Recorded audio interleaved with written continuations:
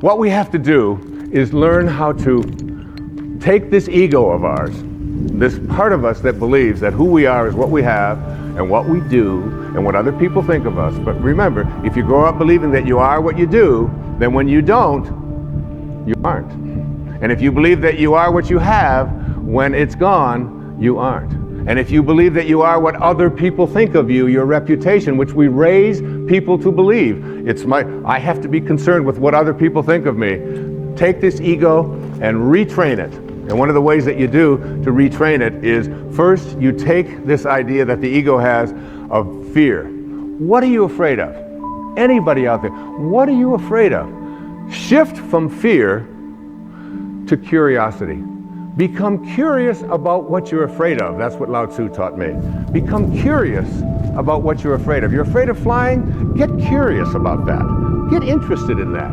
You're afraid of snakes, you're afraid of disapproval, you're afraid.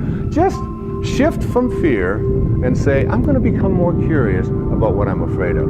And then take all of the things that you're attached to, like all of your photographs, like all of your furniture, like all of your clothing, like all of the stuff that you find so much attachment to, and start letting it go.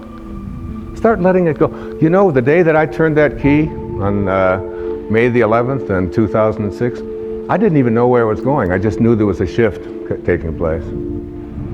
I felt freer than I'd ever felt, I think, in my life.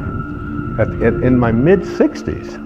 Out there on a whole new adventure. And here we are talking about on national television, on PBS. Take that idea that you have to be attached to things and know that you came in with nothing, with no thing. And you're going to leave with nothing, with no thing.